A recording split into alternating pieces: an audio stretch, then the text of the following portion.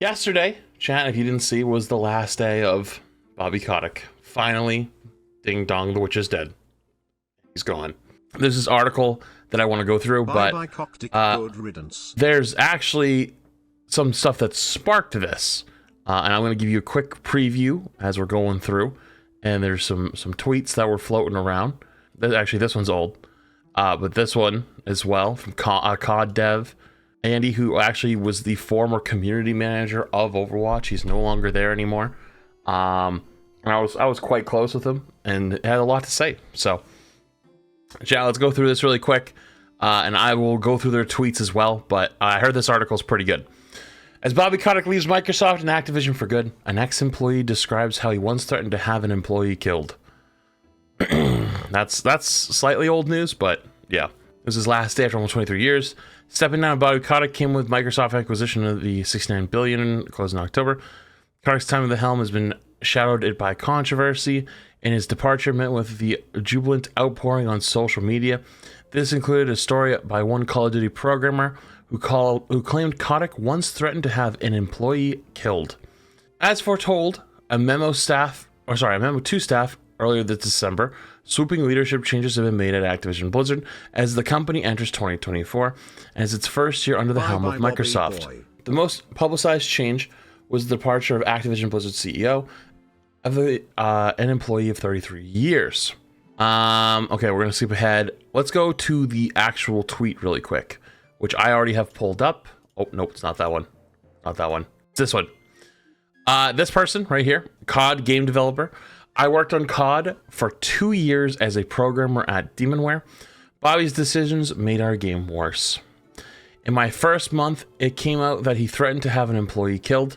In the all hands that followed, no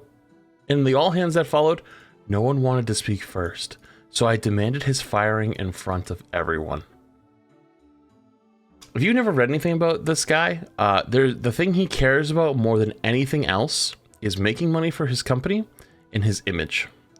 So, for someone to outwardly call for his firing, probably put them on the hit list. Just saying. Anyways, let's continue.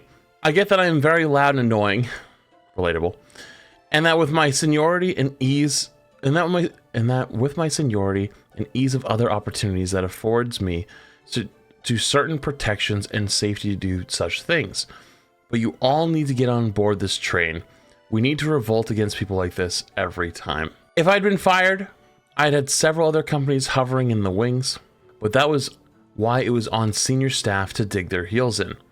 Juniors will not feel safe doing that until their leaders do it first. We may not have unions, but we do have the power if we work together. That's actually really strong. There's a lot of things where people won't say something first, but they still feel the same way. And you can see in so many aspects, sometimes all you need is the first person to just go, yeah. And then you 10 people go, yeah. But being the first person, especially if you don't make a whole lot of money and you get fired, that puts your livelihood at risk, your family at risk. She makes a really good point. Ask the loud, annoying questions in all hands. In the all hands. Make it short, direct, to the point, and leave no room for waffling in the response. Make it sharp, direct, and do it with clarity and without anger, so that they can't attack your delivery. They won't answer, but everyone will see it. Write down what you said. Keep notes in case HR pings you. Record yourself saying it in the meeting if you can, so that you have the evidence of exactly what happened.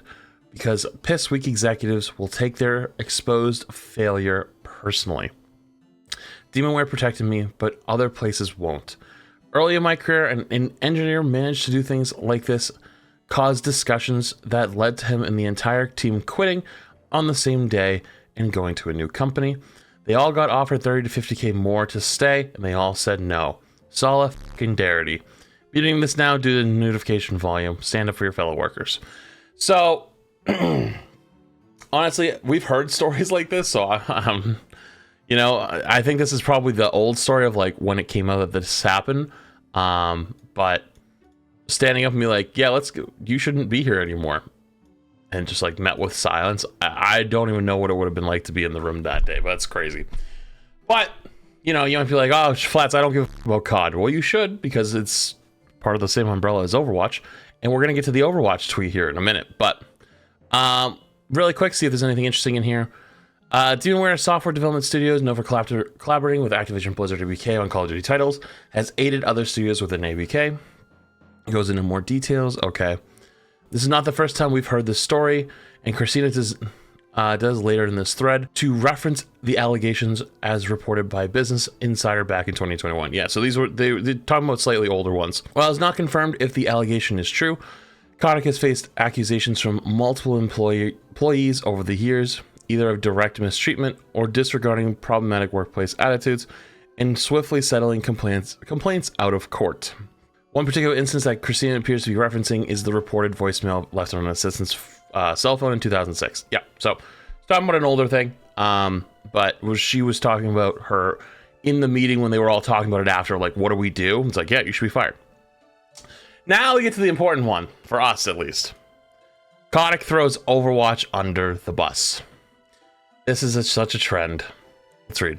Another former Activision employee recounted Kotick's botched handlings of Overwatch 2, which Kotick previously blamed for the company's weakening share price in recent years. Andy Belford, formerly of the community team at Activision Blizzard, sounded the alarm that Overwatch 2 would be immediately review bombed after hitting Steam. Oh yeah, everyone knew that. Overwatch 2 remains one of the most negatively reviewed games on the platform to this day, which impacts the game's visibility on Steam and also led to a wave of negative press about Overwatch and Blizzard in general, which is all true. Belford okay, let's just jump to the tweet thread really quick. Okay, so if you don't know Andy used to be the community manager for Overwatch.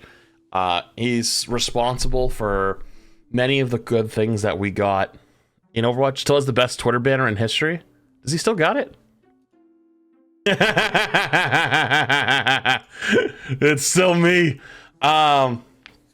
Yeah, but so back in Overwatch 1, I don't know if you the creator tournaments we had, where like creators came up with balance patches, like goofy fun balance patches, and then like a $25,000 tournament was held on top of that.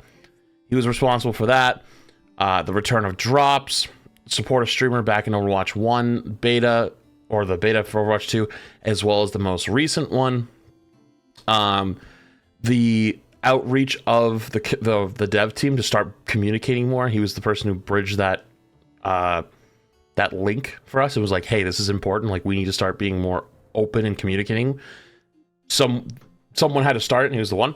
And that's everything from the original Play Overwatch account, which I don't know if you remember, back in Overwatch 1, didn't tweet, like, ever. Like, it had no tweets for, like, a year.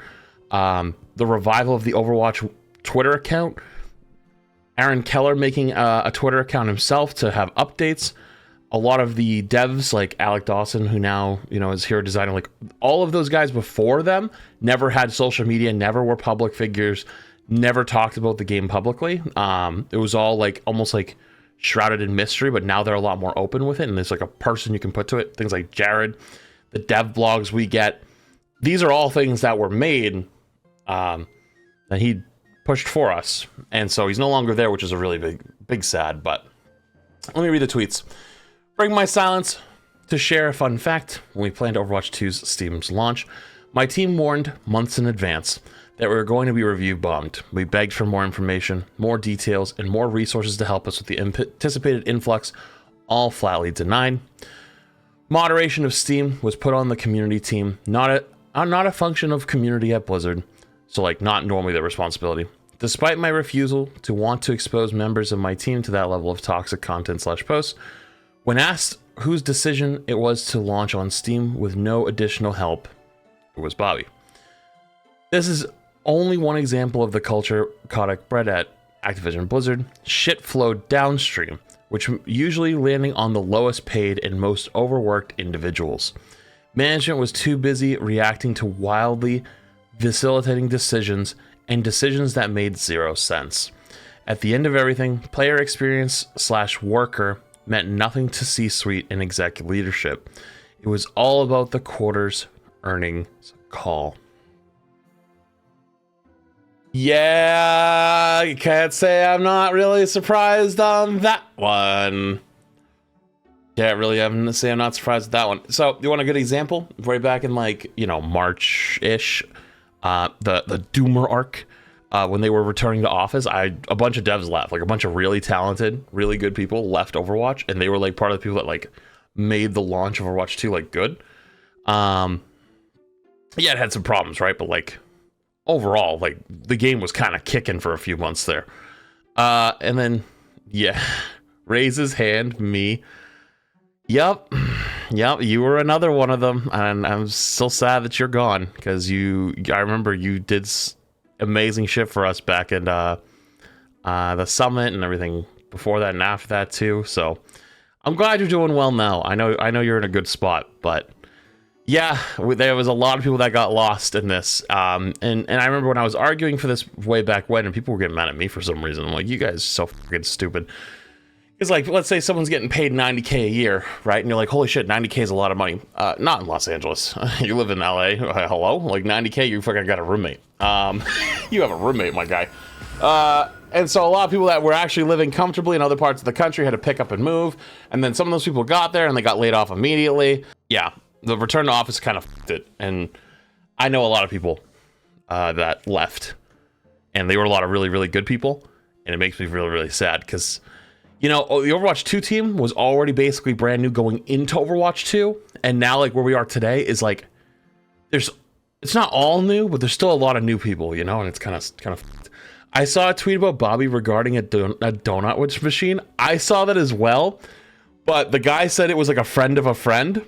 So I didn't want to, like, include it because it's, like, not a first-person account. But if you're curious what the donut story was, or at least what the tweet said, is normally like every month a C-suite like executive is invited to each dev team to like look at stuff, and Bobby was the person who got invited to the WoW team at some point, and he agreed, which was rare. They were like, whoa, that doesn't happen, but on one condition was that he could bring his industrial donut machine, and it wasn't like one like a Keurig, it was like a Krispy Kreme professional donut machine, like the big ones, like you had to put this thing in an 18-wheeler.